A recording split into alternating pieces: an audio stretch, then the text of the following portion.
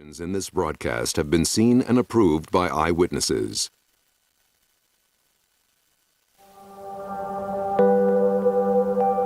Do you believe in flying saucers? It's coming this way. It is definitely coming this way. There is no doubt about it. This is weird. There's other life out there, and there's also intelligent life. That doesn't mean it's easy to find. It's quite natural to wonder about our place in the universe. To suggest that we're alone is inexcusably egocentric. The federal government knows fully well what is taking place with regard to the UFO phenomenon. They're not sharing that with the American people. I believe that the object that I saw was extraterrestrial. These objects would hover, they would dart very quickly one way or the other. I'd never seen anything like that. Haven't since then. If even one of these sightings is correct, it's perhaps the greatest event in all of human history. Flying saucers? I don't know whether to believe it or not.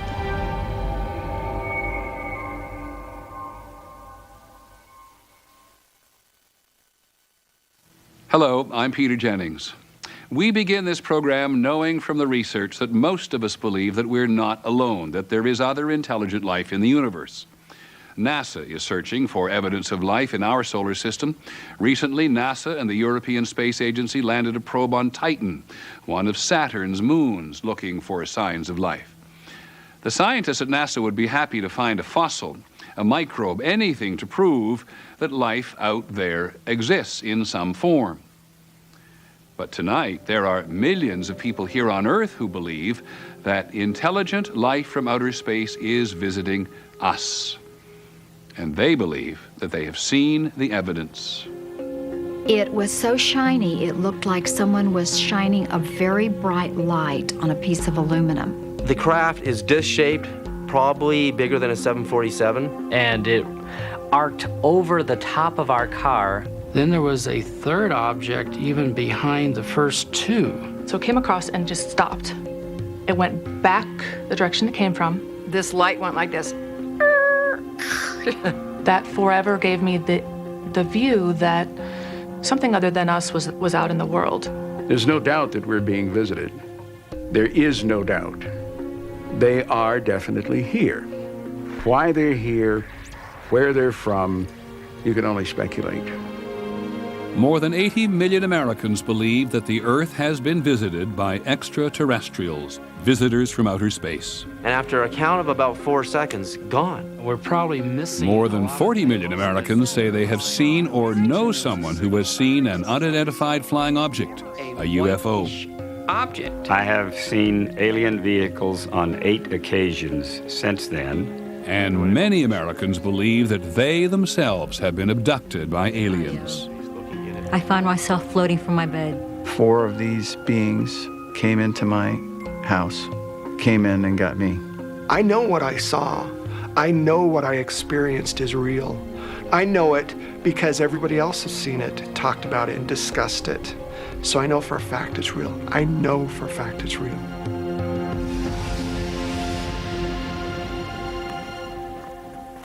Real to some, fiction to others.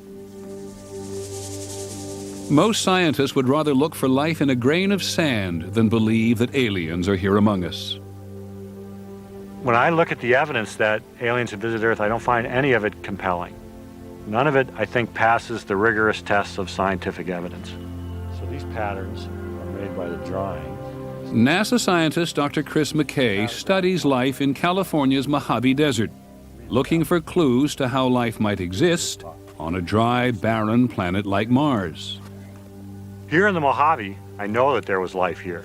I can reach down in the soil and pull it up and analyze it and find evidence that there was life here when there was water here.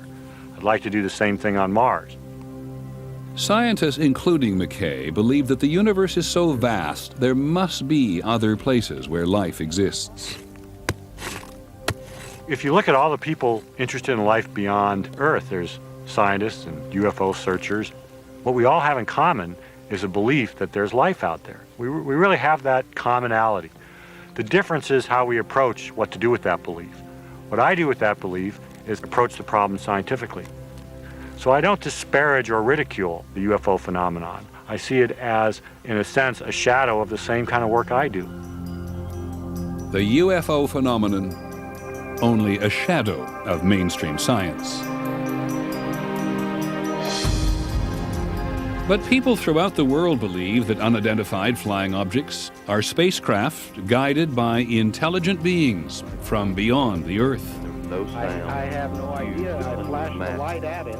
And if you are among the believers, you have probably spent at least a few late nights listening to the program broadcast from this desert compound. Coast to Coast with Art Bell is the place to talk about UFOs, or ufology, as many of his listeners call it. West of the Rockies, you're on the air. Hi. Hey, Art. This is Matt in Colorado. Hey, Matt. Hey, got a sighting for you that happened last summer. Oh? It was huge, a cigar-shaped. The common cause of ufology is to finally determine what in the hell is flying in our skies. It hurt your eyes, so I turned away. When I looked back, it was gone. I think that Coast to Coast AM is the main conduit for ufology information. And over my phone lines have come the most informed ufologists, the best scientists, and some of the craziest people you'll ever meet. And was moving very slowly with the cloud cover. It definitely overflew New York City. And I never heard about a triangular UFO until I looked it up and I found that you had seen one. Yep. And Coast to Coast began as actually a political show, kind of like everybody else's political show that radio is infested with. And one day I got sick of doing the same damn thing over and over again, same politics over and over. And I began to sort of inject a little, well, a different kind of programming, you know, aliens and... 3 points of light. The weird thing about them was... Coast to Coast became the fourth most popular program on American radio. It was really weird. Like they were doing a dance? Yeah, exactly. And they went over the rooftop. I think we're fascinated with the whole concept of alien intelligence because it would be so strange if we were all alone. Imagine for a moment how it would feel if we were all alone, if there was no other life, intelligent life, anywhere in all that you see out there. Art Bell and his wife Ramona say they encountered something from out there in 1994. We were on the way home from Las Vegas, about a half mile from where we're standing at the moment. I just happened to look out the rear view mirror and just saw something coming up from behind us. And it looked like it wasn't normal. And I kept saying, what the hell is that? And this thing floated above our heads, doing about 30 miles an hour. That's a good word, float. Yeah. Floated, yeah, it floated. Or had to have been defying gravity, or it was a lighter than aircraft. I don't know. But it was triangular, it was monstrous. The moon and the stars went away, and there it was above us. And we stood and watched it go across the valley and head toward the mountains. Art Bell and his wife were alone, but there have been UFO sightings with hundreds, even thousands of eyewitnesses. Phoenix, Arizona, March the 13th, 1997. There were some incredible sightings over Phoenix called the Phoenix Lights, and they occurred while I was doing my program. I took call after call after call of people in Phoenix saying, "Oh my God, what's flying over our city?" At 8:30 p.m. that night, hundreds of people reported seeing a mysterious flying something. Security guard Bob Nelson was sitting on his porch with his dog. All at once, these 6 or 7 lights came across the top of the hill, and it was moving very slow. And then I went in and jokingly said to my wife, "We got a UFO coming over." She just couldn't believe what she seen. And of course, she didn't know what she seen. Sue Watson and her children, Brian, Aaron, and Kevin, were in their front yard. We saw this incredible sized vehicle. There were 5 huge lights in the very front of it, and it was in a boomerang shape. I'm only a mile and a half from that mountain, the top of that mountain. That vehicle spent 5 to 6 minutes hovering from that mountain to my house. I don't know anything that can go that slow. It was absolutely silent, just completely gliding. just like part of the sky, just a big, big, big platform, just flying with lights in front of it. I could see it was covering stars, so I knew it was something solid. Sheriff's Deputy Thomas Chavez was in his squad car. I was sitting here facing to the east, watching the intersection. And on one of the times when I glanced up from my paperwork, that's when I saw the strange set of lights. I can't give you a definite answer to what it was. All I can tell you of what it was not, and it was definitely not an aircraft as we know it. Mike Fortson grabbed his binoculars and went outside with his wife. As it passed in front of us, all we could see was the left wing of the craft itself. That's how low it was. We didn't go fetch a camera. We didn't do anything but sit there and watch it. You actually tell yourself not to blink because you might miss something. I mean, that's how intense it was. It gives me goosebumps when I talk about it. At 10 p.m. that night, thousands of other people reported seeing another series of lights in the sky. What I'm looking at here is a light on South Mountain. Mike Christen videotaped the event from his house on Moon Mountain. When I saw the one light, it was one thing. I was just photographing the one light, and then all of a sudden another one popped up in a different direction. So then I trained the camera on that light, and then another one popped up, and before you know it, this whole thing is starting to happen in front of my eyes, and I'm going, wait, this is something. All right, you tell me what it is.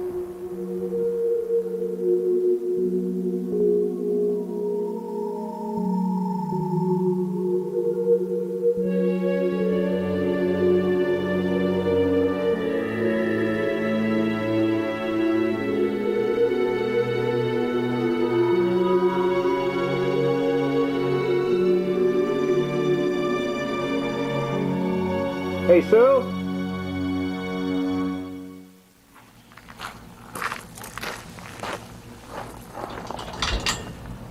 James McGahey lives in Tucson, Arizona, which is south of Phoenix. He's a retired Air Force pilot and an astronomer. He is an outspoken skeptic about UFOs.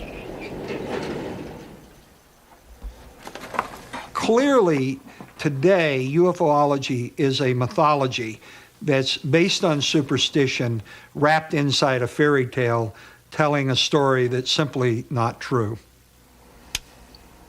What most people see is lights in the sky at night, points of light. They equate that to spacecraft from another world. There's no connection. If you see a light in the sky, you've seen a light in the sky. That's all you've seen. This happened in the case of the Phoenix lights. The lights on the videotape were simply flares being dropped by A-10s on the Goldwater test range. There's nothing mysterious about it. I know what flares look like. These are clearly flares. And some people have said they saw a triangular aircraft flying through the Phoenix airspace. The argument against that is very simple. The Phoenix radar didn't see anything. They were connecting the dots of these objects. That's all they were doing. The bright lights of these objects, they were connecting this and saying it's all one thing. It wasn't one thing. It was 5 different aircraft flying in formation. The people in Phoenix do not believe they were just connecting dots. For somebody to say there were planes in formation, I'm telling them I saw a solid object. My wife saw a solid object. I know 300 or 400 people that I've talked to saw the solid object in the 8 o'clock hour. I know what I saw, and it was something that I've never seen before and probably will never see again. And it was amazing. It was amazing. It was something that is not from here, and that's what's so intriguing to me about it, that it's unknown, the unknown of it. I am so certain of what I saw that I would testify in a court of law or in a congressional hearing as to what I saw, because what I saw was not an aircraft. I think it was a UFO. I honestly believe that there was a UFO. You don't have to believe me. Nobody believes it. But you'll believe it when you see it. When it comes to unidentified flying objects, seeing is believing. This is the Center for UFO Studies on the outskirts of Chicago. There are files here from thousands of witnesses who report seeing UFOs, and the records go back for decades. The best way to become a believer in UFOs is to have a sighting. If you encounter it directly, you're likely to believe in it because you encountered it. Intellectual arguments don't always work as well with people, understandably. You know, I saw a UFO, so you should believe in it, or look at all these other people that saw it, so you should believe in it. It's always the personal that's going to lead to a belief that the subject is real, and that's true for scientists, for ufologists, and for members of the general public. Dr. Mark Rodiger has been researching the UFO phenomenon since 1974. One conjecture is that many reports, or at least a good fraction of reports these days, are caused by secret aircraft. It turns out that it's actually pretty easy to distinguish between sightings that might be secret aircraft and sightings that are probably not that. When you get a UFO sighting where the object behaves in a way that defies conventional physics, defies the way that an airplane would move, and when you can see the object, it's not just a point of light, but there is some size there, some actual shape you can see, and that thing isn't shaped like an airplane, well, then it's not a secret aircraft. It's whatever it is, it's just something totally bizarre and strange. An example of that would be a sighting that occurred in January of 2000 near St. Louis on the Illinois side of the river. This huge triangular object was moving fairly low to the ground, kind of zipping around the area. It's not Venus or Mars or whatever object was up at the time. It's not another aircraft that was up at the time. Well, gee, if it's not a conventional object, what else could it be? My name is Melvin Knoll, and I'm a part-time truck driver, and I own this miniature golf course and also the go-kart track out here. That certain morning, I happened to look over into the sky to the northeast, and I seen a very, very bright light up there, like a very bright star. And then I said, well, that's moving. And I just stood there and watched it as what it was doing, and it was just coming down out of the sky real slow. And no noise, just quiet, and I couldn't see no wings or nothing, just floating right through the midair up there. And I thought, well, if I don't tell nobody that I seen something go over town tonight, nobody will believe me tomorrow. Knoll drove his truck to the Highland, Illinois Police Department to report an unidentified flying object, heading toward the neighboring town of Lebanon. Lebanon just received a call from Highland PD, reference to a truck driver just stopped in and said there was a flying object in the area of Lebanon. It's a joke, right? No, this is not a joke. And for now. Ed Barton was the first police officer to respond to the call. To be advised, there's a very bright white light east of town, and it keeps changing colors. It's heading westbound now. Matter of fact, if the shadow officer looks up, they can probably see it by now. 2550, I see something, but I don't know what the heck it is. At 4:23 a.m., police officer David Martin saw the UFO over a field on the outskirts of Shiloh. I happened to look over and saw this large floating object that was just moving very slowly. It was probably about a football field in length. It had 3 large bright lights lighting up the sky underneath it. I honestly don't know what it was that I saw, other than I know it wasn't a plane or a helicopter or a blimp. Police reported the object over Lebanon, over Shiloh, over Millstad, over Dupo. Detective Mark Lopino says he saw it as it approached O'Fallon, Illinois. I was driving eastbound on Highway 50 when I see the object, the UFO, if you will. I first thought it was probably a bunch of helicopters flying in some type of formation. As I drew closer to it, I saw it start to cross over the roadway. It was unlike anything I had ever seen before. You could see the lights, and you could see something that they were attached to, and it was shaped like a triangle. I'm freaking out. I'm like, what the heck is this? So I continue, and it's going over these trees. By the time I get here toward the left turn lane, I duck into this left turn lane here, and I stop right about here. I wanted to listen to see if I could hear any type of engine noise. I could not hear anything. I tried to look again at the UFO, and it had already gone behind these trees. I put it in reverse to back up a couple seconds to see if I could reacquire it again. By the time I backed up to try to see it, it had moved at least a mile away, if not further. That quick. I was just astonished. I didn't know what to say. I was speechless. 6 people, including 5 police officers, saw an object over southern Illinois that night. And they all describe what they saw as a massive triangular object flying in total silence. It very well could be an alien ship. You know, I don't know. I guess that's why they call them unidentified objects. You know, I don't know. I do know that it wasn't a plane that I've ever seen before. Am I saying it was alien spacecraft? No, I'm not saying it was a military craft. I'm saying I can't identify the object, and it's an unidentified flying object by its very definition. There was no official investigation of the sightings in Illinois or Arizona. The U.S. government is not in the business of investigating UFOs. To understand why, you need to go back to the beginning. When we come back, the story of the first flying saucers. Is believing continues. The fascination with unidentified flying objects can be traced to a day in June 1947 and to one man, Kenneth Arnold.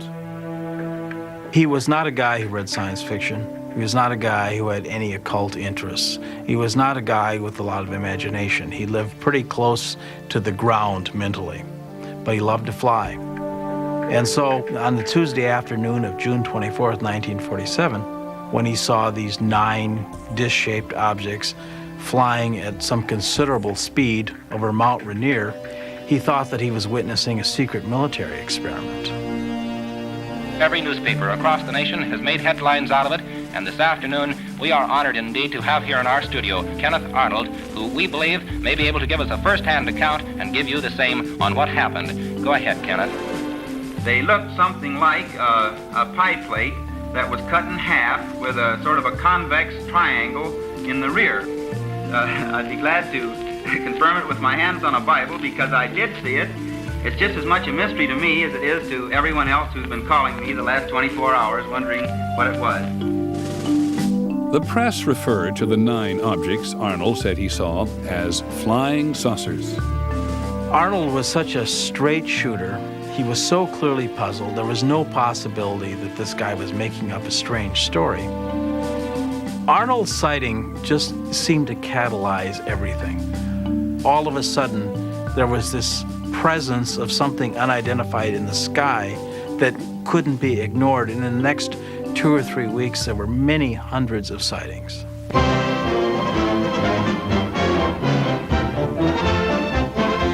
Army fighter planes are on patrol for flying saucers. Cameras installed to photograph them. So many objects were being seen in the sky by so many people that the Army Air Force launched an investigation. They're seeing flying saucers everywhere. And on September the 23rd, 1947, General Nathan Twining issued a memo that said quite categorically, the phenomenon reported is something real and not visionary or fictitious. When it appeared that technological devices of some kind were penetrating American airspace, and we didn't know what they were and had no idea what to do about them, this was obviously a national security problem. It was the beginning of the Cold War, and what Americans feared most was being attacked by the Soviet Union. We didn't know what they might have flying. And so those concerns by the government, legitimate concerns by the government for our security, led eventually to them establishing a full-time office to investigate UFOs. The Air Force investigators quickly came to realize that they were not dealing with Soviet aircraft. Nothing man-made performed like flying saucers. They started thinking, well, if the Soviets aren't doing this, there's really no thing on Earth that can be doing this. And then on July the 24th, 1948, 2 experienced commercial pilots, Clarence Childs and John Whitehead, were flying at night over Alabama when they encountered what they described as a cigar-shaped object, perhaps 100 feet long, flying faster than any aircraft they had ever seen. It had, they said, 2 rows of windows and they could see lights inside. and orange-red flames shooting out of the tail. Air Force investigators couldn't explain it. It could not possibly fly unless it had an engine in it that was beyond anything anybody on Earth could make. And this, in a sense, was their proof that they were dealing with the extraterrestrial technology. The Air Force investigators trusted the testimony of these experienced pilots and were forced to consider the incredible. Since 1948, there have been thousands of sightings by commercial and military flight crews. March the 12th, 1977. I was flying a trip from San Francisco to Boston, non-stop in a DC-10. It was an Airbus 320, and we had 24 passengers on board with very good condition. We were at 39,000 feet. We were just north of Dallas, Fort Worth. It was a beautiful, clear night. Out of nowhere, some lights appeared.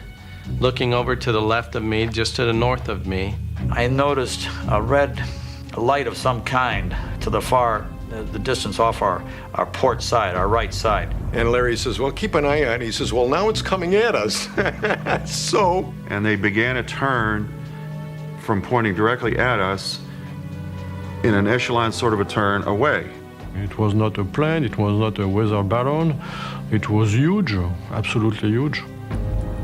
It was dark red color. And so this object began to become transparent and it disappeared. It was absolutely crazy.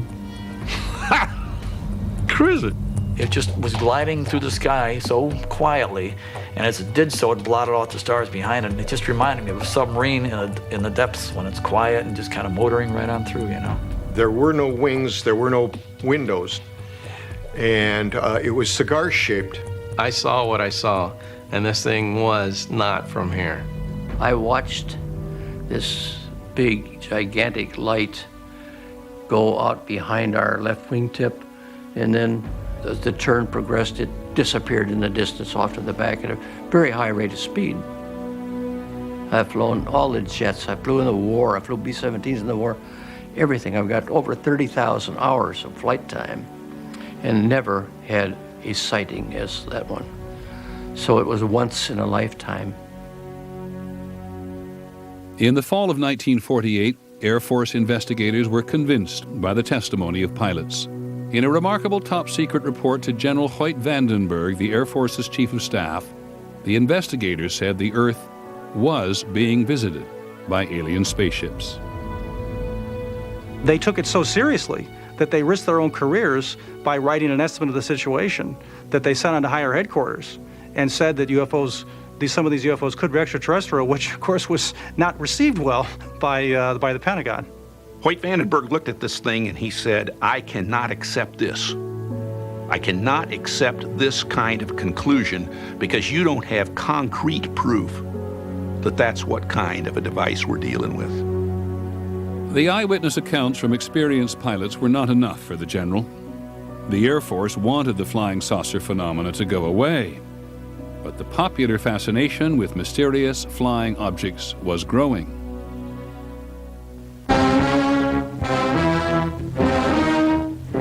In 1952, the Air Force received more UFO reports than any other year in history.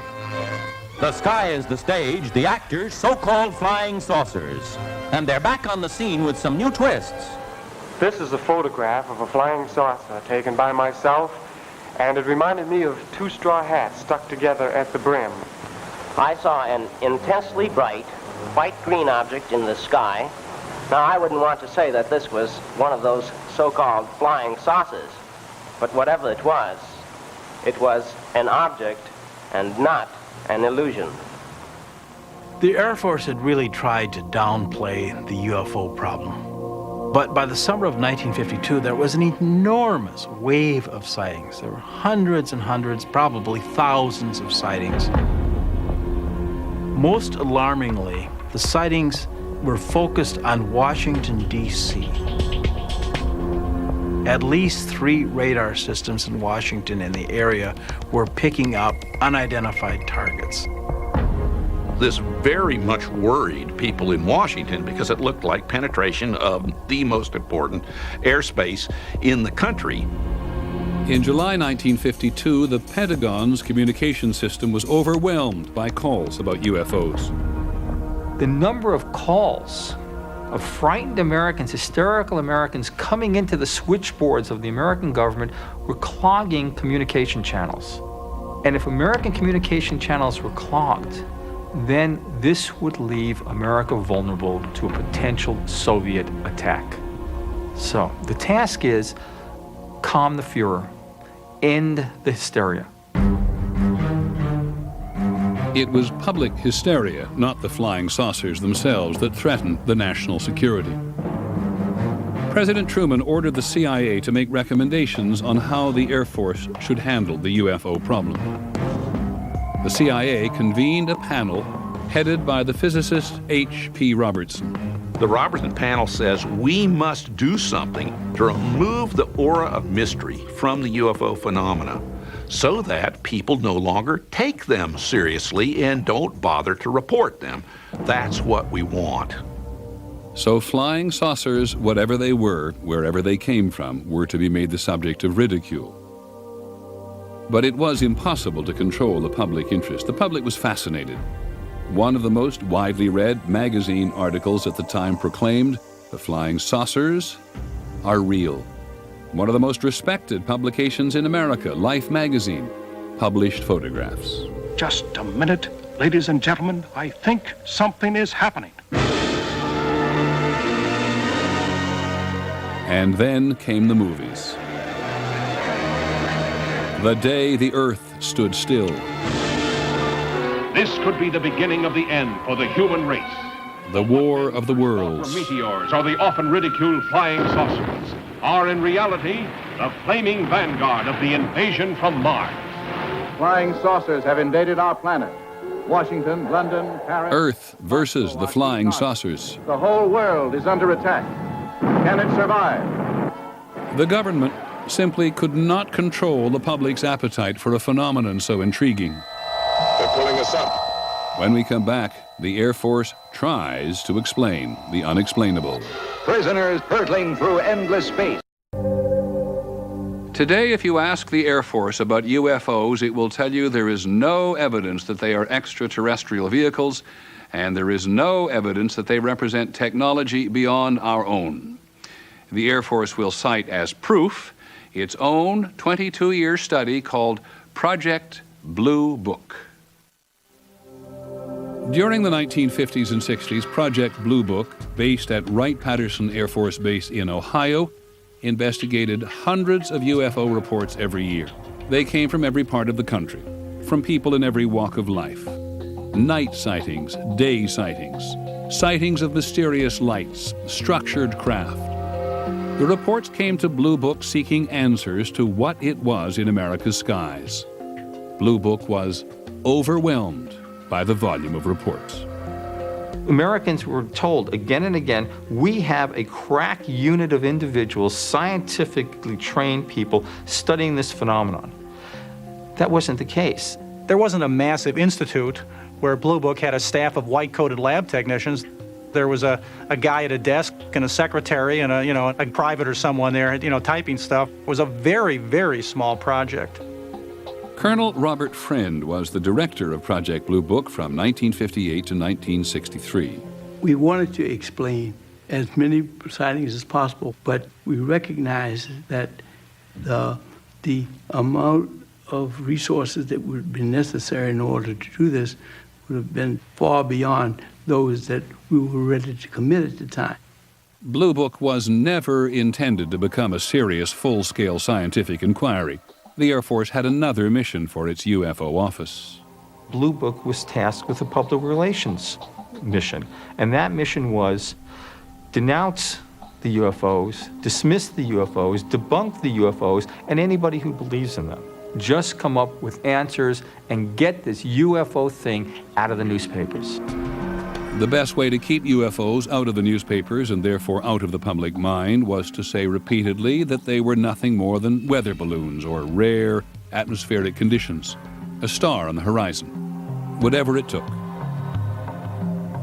What they wanted to try to do was, I think, to re-educate the public regarding UFOs, to take away the aura of mystery. And that job was most often left to Blue Book's one civilian scientist, Ohio State astronomer Dr. J. Allen Hynek. To this time, there is no proof that I would consider valid scientific proof that we have been visited by spaceships. There was not one sound. I listened. There was not a sound. Between 1948 and 1969, Dr. Hynek was Project Blue Book's lead scientific investigator on thousands of cases. His job was to stretch his imagination to try to find explanations for every possible case he could, even if he knew it didn't make any sense. Don't you think it would be kind of unusual for a meteor to just fall across the road and hover over there a minute and then drop to the ground? The coming over wouldn't be bad. The hovering that would bother me. The longer he was in, the more cases he saw, the more he realized that he couldn't explain the cases, and there was a genuine mystery involved here. In the middle of the Cold War, across remote stretches of the northern United States, the Air Force kept ballistic missiles and B-52 bombers on constant alert. On the night of October the 24th, 1968, at Minot Air Force Base in Minot, North Dakota, Airman First Class Mike O'Connor was dispatched to make a routine repair at one of the missile sites. We made our turn to come down the road to the missile site, and out of the corner of my eye, I observed what I thought was a farmer's yard light, but it looked awful bright. And as we proceeded down the road, the object appeared to lift off the ground and parallel us down the road until we came to the missile site, at which point we got out of the truck and it just kind of hovered there. Staff Sergeant Bill Smith was in charge of security for 10 nuclear missiles. That night, he reported seeing strange objects. These objects would rise, they would speed up, they would slow it down, they would hover, they would dart very quickly one way or the other. We were just not really sure that these were things that we could explain. The Minot control tower diverted a B-52 to investigate. Captain Brad Runyon was the B-52's co-pilot. The air traffic controller asked us if we would mind going out to this one area and looking for something.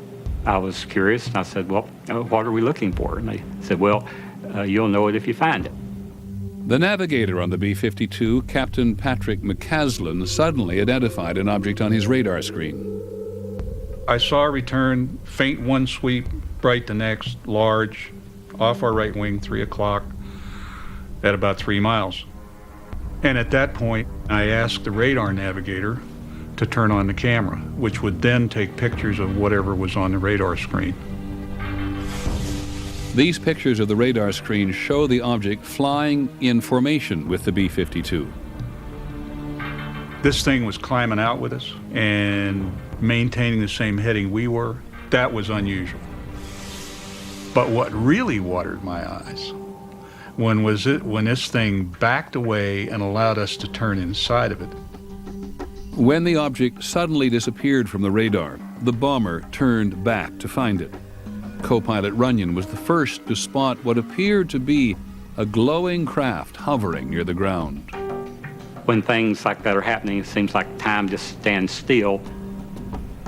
My estimate, overall object was a minimum of 200 feet in diameter, and it was hundreds of feet long. It had a metallic cylinder attached to another section that was shaped like a crescent moon. I felt that this crescent moon part was probably the command center. I tried to look inside the thing, but all I could see was a yellow glow. At that point, I was fairly sure that I was looking at an alien spaceship, something that had come here from some other planet other than Earth. Co-pilot Runyon and the other crew members of the B-52 reported their sighting when they returned to the base. According to Blue Book's investigation, the crew of the B-52 and 16 witnesses on the ground said they saw a UFO that night. In its final report, Blue Book concluded that they were all seeing stars. None of those pilots saw a star. I know those pilots. I know what their training was. I know how many stars they'd seen in the course of their careers, and they were not looking at a star. It bothers me that Blue Book blew it off. I don't think this incident has ever been adequately explained. The Air Force finally got out of the business of trying to explain UFOs in 1969. It closed down Project Blue Book after an independent commission concluded that UFOs were of no scientific interest. There was one loud dissenting voice: Blue Book's once skeptical chief scientist, Alan Hynek. After more than 20 years and more than 12,000 UFO investigations, Dr. Hynek had become a believer. In Blue Book, for instance, we would get reports from military pilots, and that was particularly embarrassing to the Air Force because after they had trained those men, and they couldn't very well, they could say that a civilian pilot might have been untrustworthy, but they could hardly say that to of their own military pilots, and we got case after case after case from military pilots which never hit the press. The difference between Alan Hynek and the people he worked with in Blue Book was this. He was a scientist and they weren't. And he never forgot that he was a scientist. The Air Force paid his checks and paid him well, but they couldn't quell his scientific curiosity. And it was his scientific curiosity that finally won out, and that will, I think, probably at some point in the future history of science, will earn Alan Hynek a reputation as a courageous and principled man.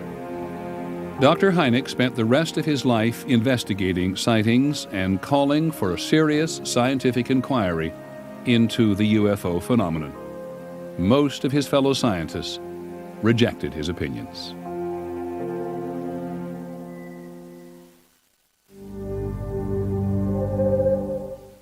UFOs, seeing is believing, continues.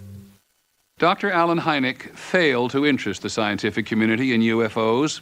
At issue was the nature of the evidence.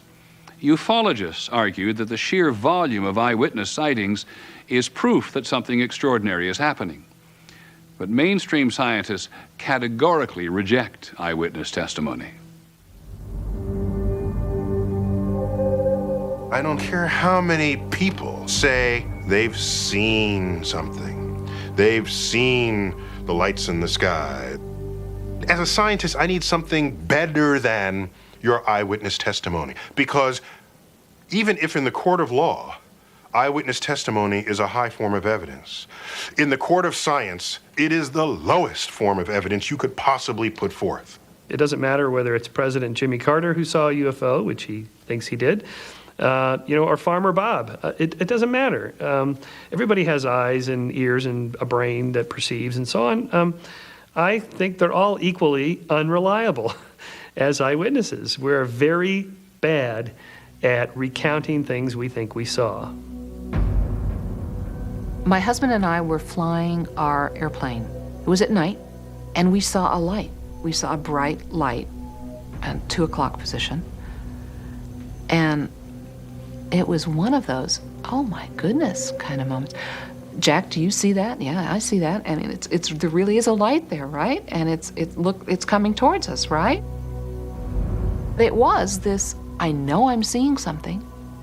It's really there. And we just sort of, we looked at each other, we said, this can't be happening to us. We can't be seeing a UFO. We're so skeptical.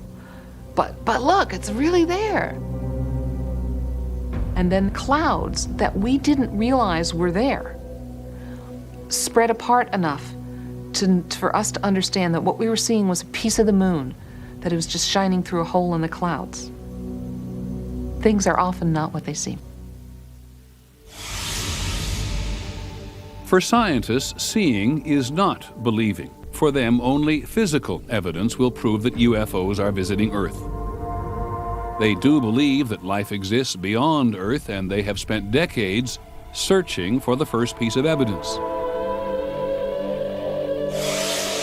A spacecraft launched by NASA and the European Space Agency traveled billions of miles, and in January 2005 landed a probe on Saturn's moon Titan. No human spacecraft has ever landed so far from Earth. These images of Titan's surface suggest an active world of rivers and oceans. Scientists believe that where there is liquid, there may be life. If we look for life in our backyard, our cosmic backyard, if we look there and find life, imagine what that tells us. That some other random place that happens to be a nearby planet has life just the way we do. Then there's no telling how rich the entire universe is with life. There is still no evidence that the universe is rich with life, but mainstream scientists think there has got to be life. There's more than 100 billion stars in our Milky Way galaxy alone. And there's more than 50 or 100 billion galaxies in the universe. You multiply these two numbers, that's a 1 with 21 zeros worth of stars in the cosmos. To suggest that we're alone is inexcusably egocentric. Somewhere among the billions of stars in our galaxy, or in the billions of other galaxies in the universe, scientists believe there must be other planets, just like Earth, where life exists. What created Earth and man must have created life somewhere else, they say, in the vastness of space. Somewhere, there must be another developed civilization trying to reach us. Dr. Frank Drake has been listening for 45 years. In 1960, in Green Bank, West Virginia, Dr. Drake first pointed a radio telescope at a nearby star to listen for a signal. We just had this feeling that something very important was starting, that this was a new road that human beings were taking that was going to lead to very wonderful places and very wonderful things for our civilization. Dr. Drake's experiment marked the beginning of a project called SETI, the Search for Extraterrestrial Intelligence. Dr. Seth Shostak is an astronomer who works with Drake at the SETI Institute. We've been broadcasting our existence to the universe for the last 50 or 60 years, and we've been doing that with our high-powered radio and television transmissions. Every day, those signals just go right on out into space. That's how we're broadcasting into space, and we kind of turn that idea around when we try and find the extraterrestrials by trying to find their broadcasts. Dr. Drake remembers the day of his first search in April 1960. For all we knew, every star in the sky had a radio transmitting civilization. We might succeed the first day. We even had a tape recorder connected to the radio receiver so that we could tape record any voices we might hear from the other worlds. And so we pointed at the first star, and when it finally set in the west, we moved over and pointed the telescope at the second star. And we heard on a loudspeaker a signal like we'd never heard before with a radio telescope. And it was a lot like a lot of people said we might detect, a series of pulses. It sounded like choo, choo, choo, choo, choo, choo, choo, choo, choo, choo, choo, choo, choo. All our hearts were pounding. You think, this may be one of the greatest moments in history unfolding right here before us. The signal turned out to be nothing more than sound from a passing plane. When you detect such a signal, and it truly looks to be extraterrestrial, it's a very special emotion. I'd like to feel it again. After more than 4 decades, Dr. Drake has yet to hear an alien signal.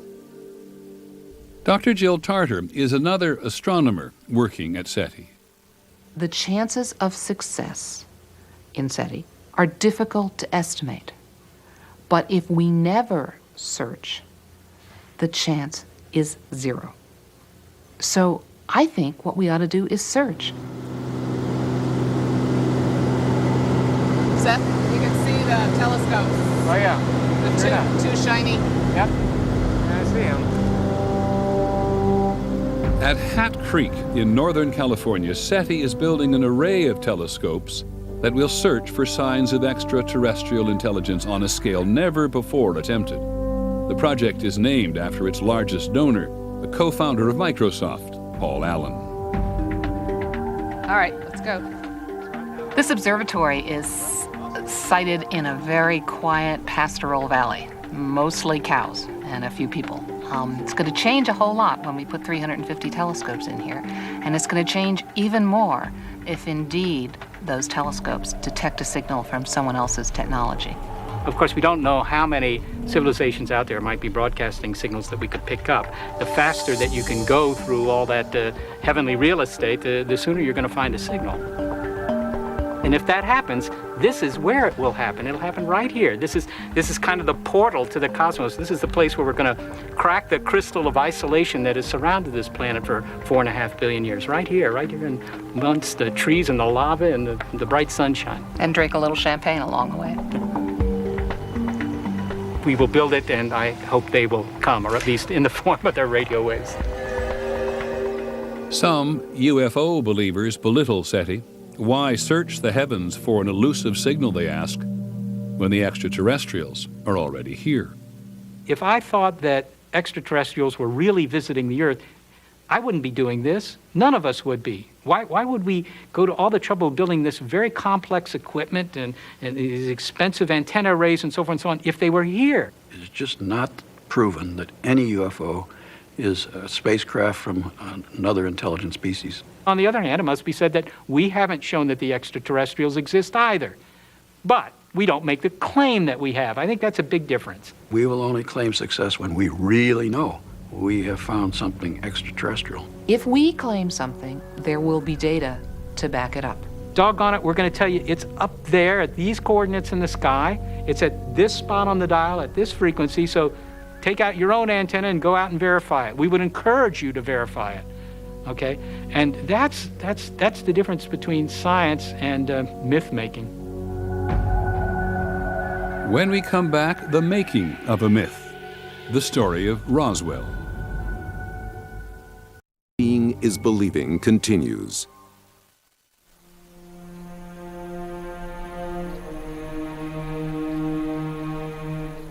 For many of those who believe that the Earth has been visited by extraterrestrial spacecraft, this remote New Mexico ranch is hallowed ground. The story goes that it was here in the summer of 1947 that one of the greatest discoveries in human history was made. The holy grail of ufology, concrete evidence proving the existence of alien life.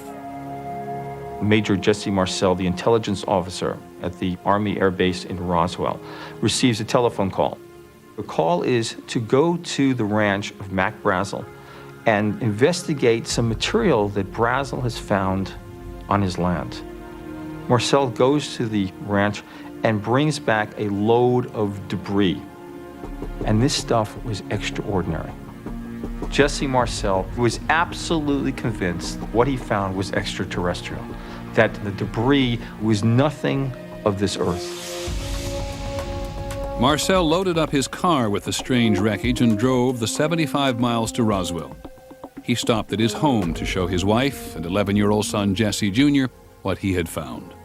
Walked my mother and myself up saying, I want you to look at this. I mean, I can remember it just like it happened yesterday, the type of material that was there. The most curious part of the debris that I saw were the I-beams, the structural members with pinkish violet writing along the inside surface. It's more like geometric symbols. It was very impressive. When you see something that impressive, even as an 11-year-old, it stays with you. Jesse Marcel Sr. took the debris to the Army Air Force Base at Roswell early in the morning of July the 8th. And by noon, the base commander, Colonel William Blanchard, authorized a press release proclaiming that what Marcel had found was the remains of a flying saucer. Headline edition, July 8, 1947. The Army Air Forces has announced that a flying disc has been found and is now in the possession of the Army. Army officers say the missile has been inspected at Roswell, New Mexico, and sent to Wright Field, Ohio, for further inspection. Russia has demanded... There was tremendous public excitement. I mean, the newspaper archives from that time, it was just all over the place. I mean, it was national news. It was a big deal.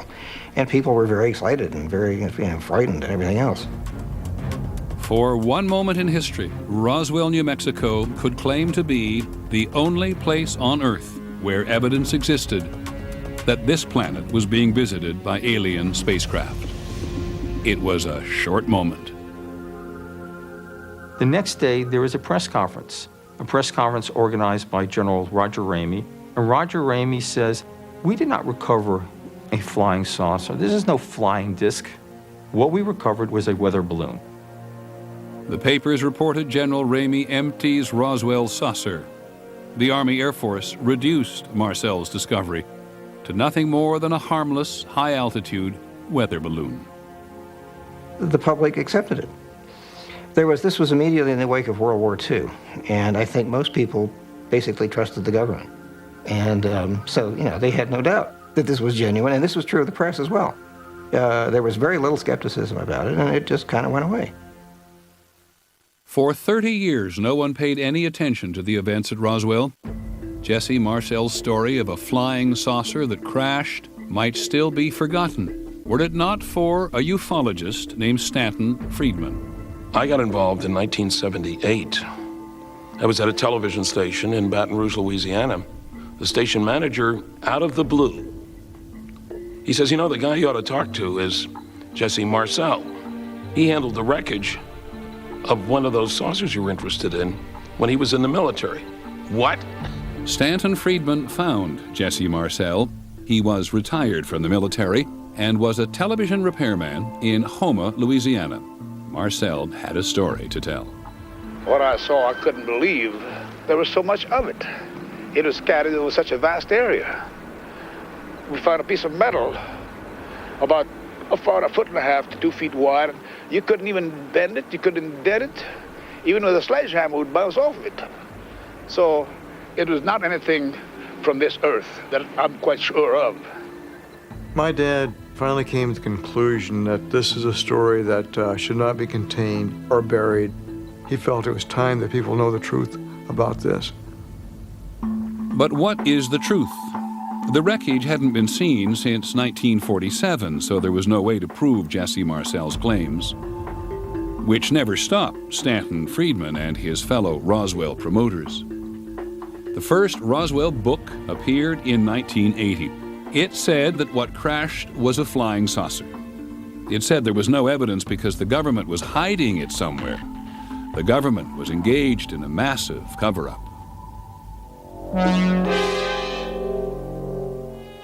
If there has been a UFO cover-up, it began in Roswell, New Mexico.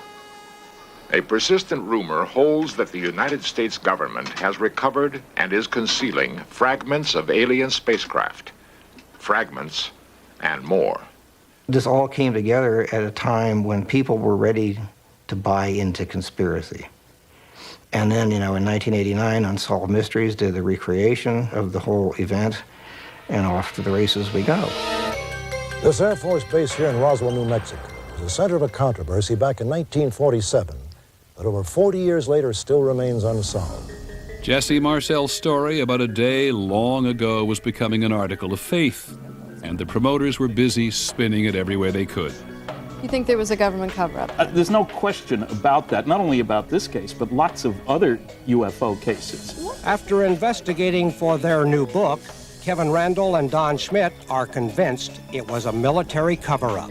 A parade of new witnesses came out of the woodwork to share the limelight with tales of secret government activity and alien bodies found in the wreckage. The small nose, eyes like this. About how tall? About 5'3", 5'4", somewhere the tallest, I think.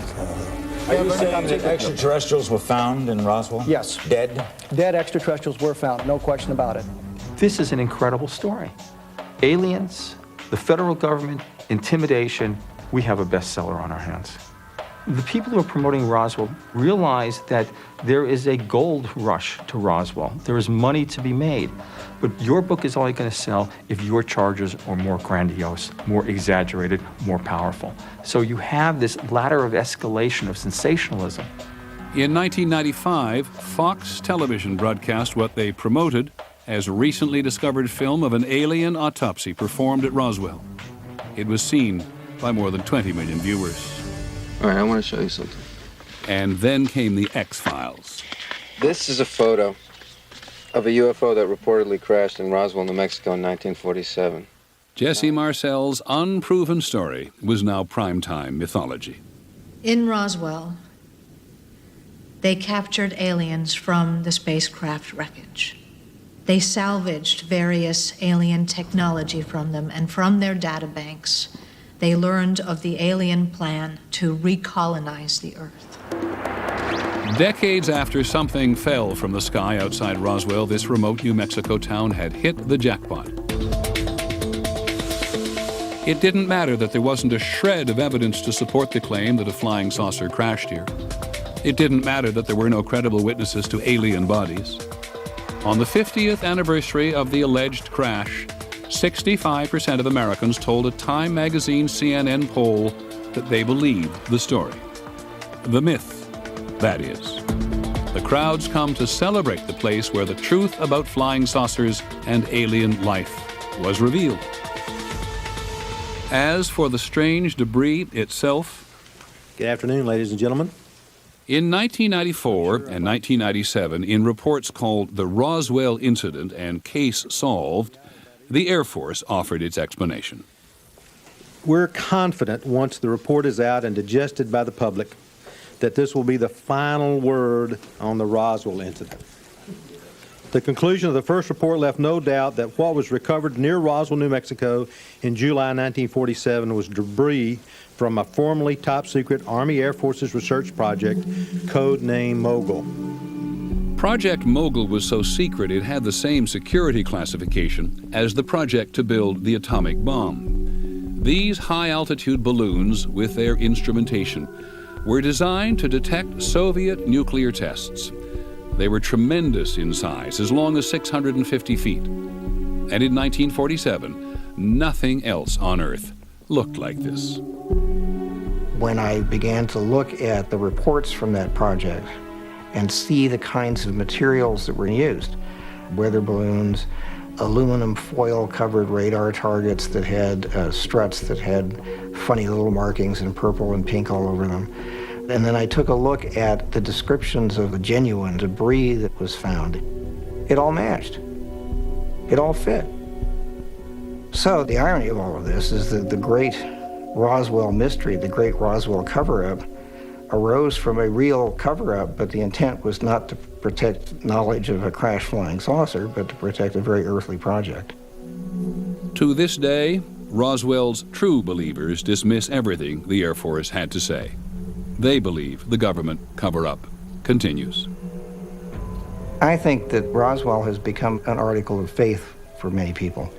It happened, and that's all there is to it, and don't confuse me with the facts. I don't think that the hardcore believers will ever give up on Roswell. They cling to a myth that here outside Roswell in 1947, the question of are we alone was finally answered. It was not. UFOs Seeing is Believing will return in a moment. UFOs Seeing is Believing continues. If you were to go to a UFO convention, and there are hundreds of them every year, you would likely find a lot of attention being paid to people who say they have been abducted by aliens. Reporting the UFO story is incomplete without this facet of it. However you judge the people you're about to hear, bear this in mind. The serious psychologists you will also meet tell us there's no reason to believe that your average abductee is any more psychiatrically impaired than the average person in the population. We're perfectly normal people. We're probably your coworkers, your family, or your friends, and we're having quite extraordinary experiences. And we're all trying to understand what's happening to us, who's doing it, and why. I had gone down to bed that night when 4 of these beings came into my house. And I was still awake, laying down in my bed. I don't know where they came from or how, but they came in very fast into the room, heading toward me. And then they were all down the side of my bed, 4 of them, again, to my right. I turned to face them. I mean, I really, literally thought I was going to die. The beings measured 3 feet 11. They appeared very cold. It's really, really disturbing to be in a room with something that isn't supposed to exist. I was taken on the craft. I was brought to some very contained room. I can't talk about what was done there because it's too personal. It's just unbelievable. They're in my room.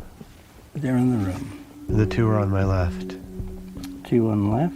Yeah, they're with me again. They're on my left. They're there. Bud Hopkins is an artist who spent the last 25 years exploring his belief that aliens are among us and have been abducting people. And what do they look like? 4 foot tall, 4.5 foot tall. Hopkins records story after story of people being taken onto spaceships and then returned to Earth with their memory clouded or erased. I can't even move. I can't even move. I'm trying to. As I've been working with abductees over the years, hundreds and hundreds and hundreds, there seems to be no doubt that this has been going on for decades. Maybe not at the rate that it has been lately, but that nobody knew who to report this to, and most people feel that it's just impossible that this could have happened to them. It is Hopkins who has convinced a large part of the UFO community that the phenomenon of abduction is real. I've been collecting drawings, sketches people have made of what they remember inside craft, and especially the faces of the aliens. I've been doing this for years and years, since actually starting probably 1975. Of course, the enormous cranium is the big feature. The mouth is very negligible, tiny, a slit. Bud Hopkins was the first. He published books and magazine articles, made public appearances, and then others followed. Abduction is now a common theme in movies and television. According to a Roper poll in 2002, 1 in 5 Americans believe that abductions have taken place. For the so-called abductees, the memories of what they say they have experienced are deeply traumatic. Most of the abduction experiences that I've had have been from my bed in the middle of the night. This is not all, however, the great majority. I will be in bed and I will somehow sense fear. I'll sense something in the room, and at some point, I can't move. I couldn't move my head left or right, but I could kind of look down at the foot of the bed, and I saw people standing at the foot of my bed. I see these eyes are just looking right through me. And then I don't remember anything. I woke up the following morning. The person may remember the beginning of an experience and the ending, but they don't remember what happened in between. And they're quite tormented by this. They come to me and we proceed with the investigation. In most cases, Hopkins uses hypnosis in what he says is a way to connect the person to memories that have allegedly been repressed. Just feeling comfortable, relaxed. Hypnosis has been extremely useful. When the person is physically relaxed, some of the static can be cleared away and the person has a clear recollection of what happened. You're in bed. 1, this is a long time ago. We're just going to see what it was. 2, right on the edge. 3. He's looking at me very closely. I'm saying he, but I don't know, it feels like a he. One of the things, of course, that caught my attention from the very beginning was the similarity of these cases and the details that were coming up over and over again. Through hypnotic regression, I came to realize that there was a spaceship, maybe 100 feet in the air off to the left of front of my house, and an alien came in, was next to my bed. It put its hand out, and I put my hand out. Sort of a chalky skin,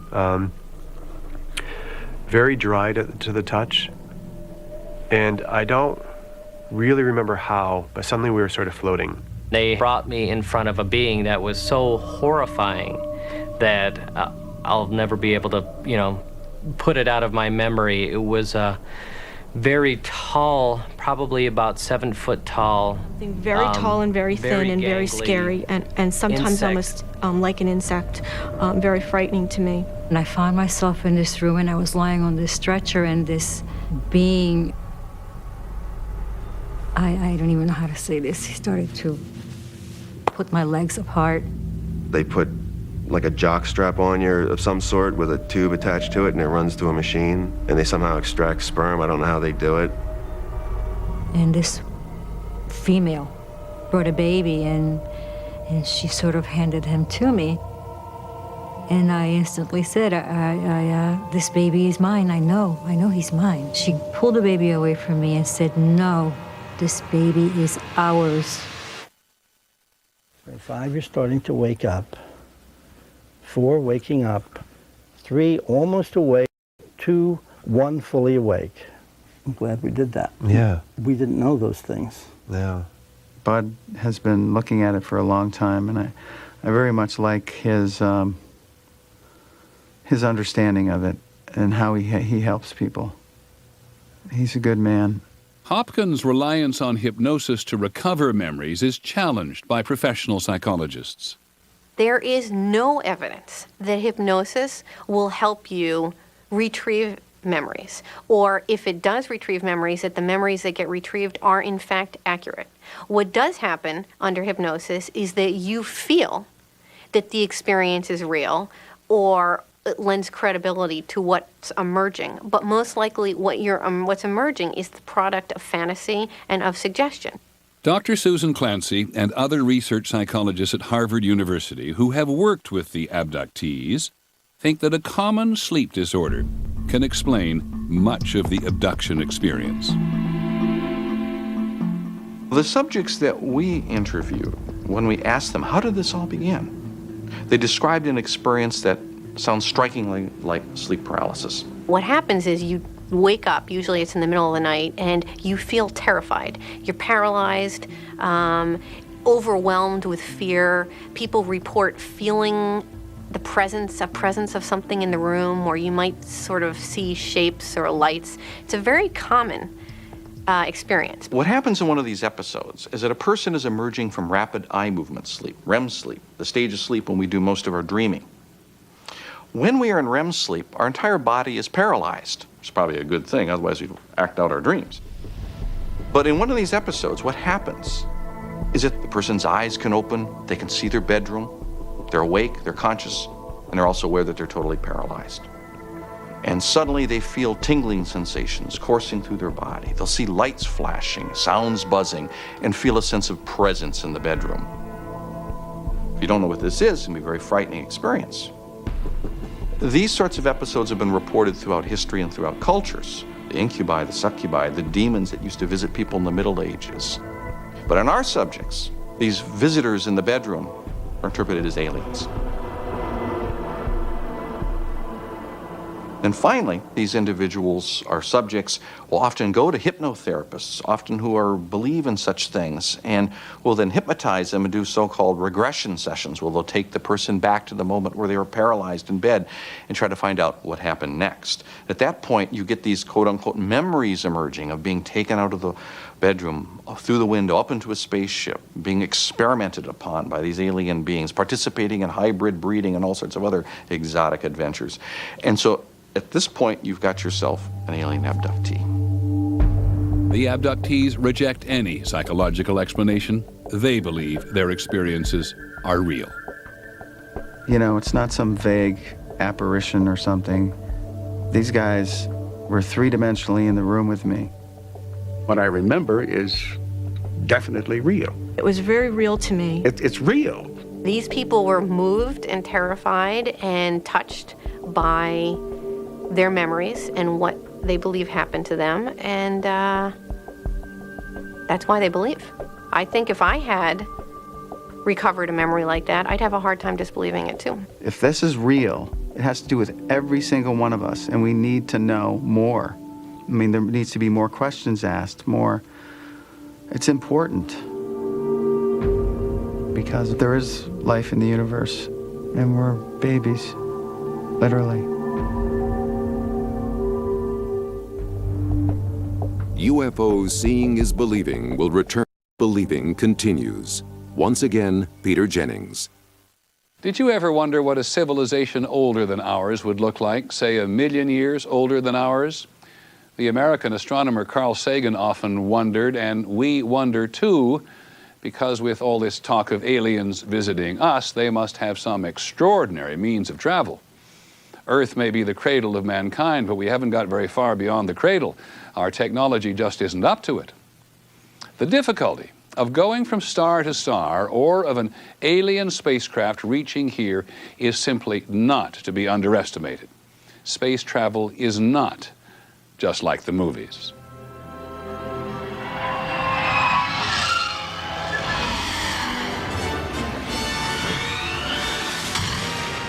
Anybody who goes in the movies probably figures that interstellar travel is just a matter of having, dilithium crystals and Scotty down in the engine room, and you can do it. It's borderline on the simulator, Captain. I cannot guarantee that she'll hold up. Warp drive, Mr. Scott.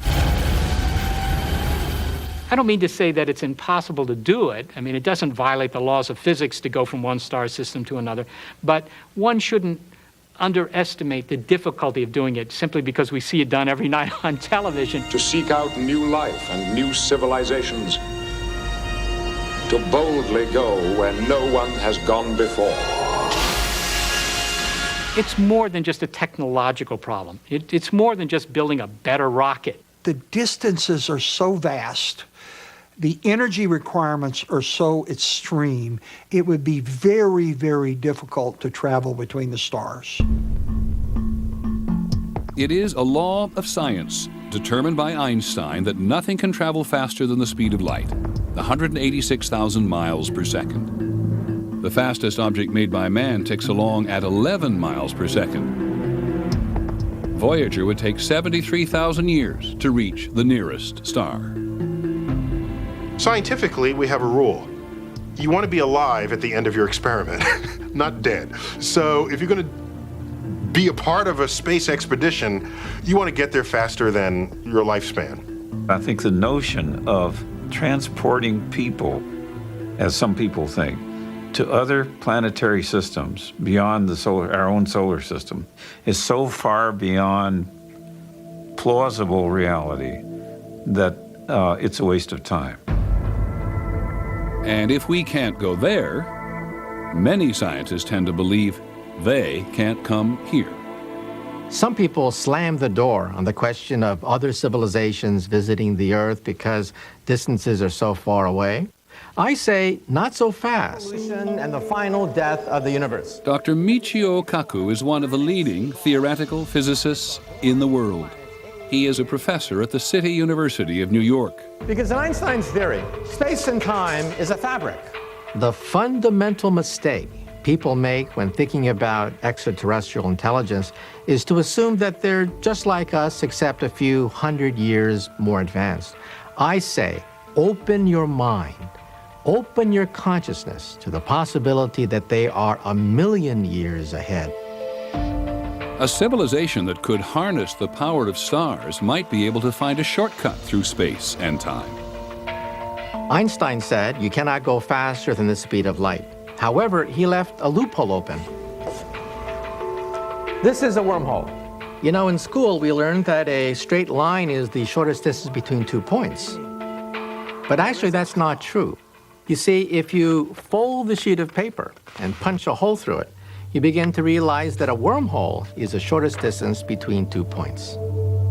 Only those civilizations, millions of years ahead of ours, capable of harnessing the power of billions of star systems, have the ability perhaps to open gateways through space and time, to travel through portals to go these enormous distances in a blink of an eye. A way, perhaps, for an alien vehicle to bridge the vastness of space.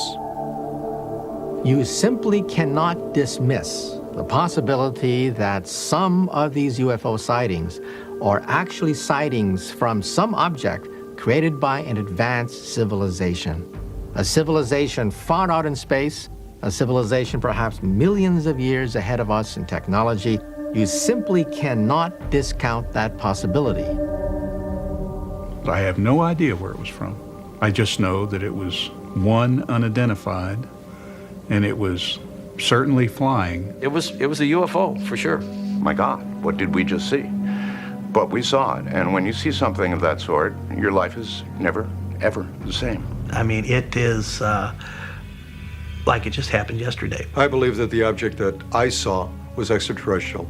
You can't even sleep because you're thinking, what in the world was it? What was it? And where it came from, when it came from, we do not know. I wish we did. When you look at this handful of cases that cannot be easily dismissed, this is worthy of scientific investigation. Maybe there's nothing there. However, on that off chance that there is something there, that could literally change the course of human history. So I say, let this investigation begin. Peter Jennings reporting, UFOs Seeing is Believing will return in a moment. Seeing is Believing continues. We have often wondered in the course of reporting on UFOs what we would do if we thought we saw one, who we'd share it with. Most people want to tell someone. Today, if you call the local Air Force Base or even the Federal Aviation Administration, they will tell you they don't investigate UFOs. But they may tell you to contact the National UFO Reporting Center. The center is in Seattle, Washington. It is a clearinghouse for thousands of eyewitness reports that come in every year. The National UFO Reporting Center is really one man, Peter Davenport, sitting alone at his desk in the corner of his living room. Davenport is the only person we met who devotes himself full-time to collecting reports and investigating UFO sightings. This is the heart of the National UFO Reporting Center. A telephone, my trusty tape recorder, spare tape recorder if I need it, reference materials with regard to aircraft, and a website. That is UFO Central, if you will, to coin a term. And as modest a facility, physically speaking, as modest as it is, we nevertheless can collect a lot of information. A lot of information from eyewitnesses to add to the already enormous record of sightings going back more than 50 years. Data that science ignores. The proper stance is one of skepticism, because what we ufologists are saying is that the planet Earth is being visited on a regular basis, perhaps on a daily basis. There goes that line. National UFO Reporting Center, good evening. My name is Dr. Scott Crawford. I'm calling from Miami, Florida. I'm an amateur astronomer. I was just outside my backyard. I saw an object move from east to west over Miami. How long did you see it, please? About 10 seconds. 10 seconds. National UFO Reporting Center, good evening. White, it was like a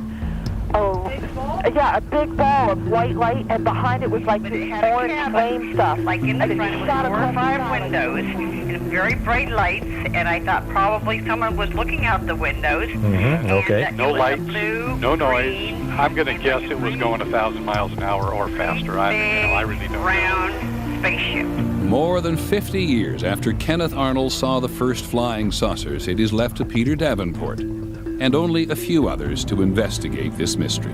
It changed directions. Twice. Every day, 7 days a week, Davenport talks to people, sometimes dozens of people who have seen an object in the sky.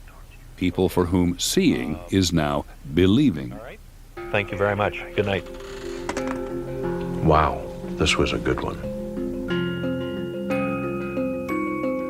We're still hoping to find that golden nugget that will make our position incontrovertible, namely the fact that it appears that these things that we call UFOs are visiting the planet Earth. The golden nugget of ufology, something to elevate ufology to more than a shadow of mainstream science, to convince the skeptics that UFOs are more than just lights in the sky. Ultimately, the UFO believers and the scientists have one thing in common. They dream of the day that there will be contact with extraterrestrials. Ultimately, only contact is going to resolve the mystery.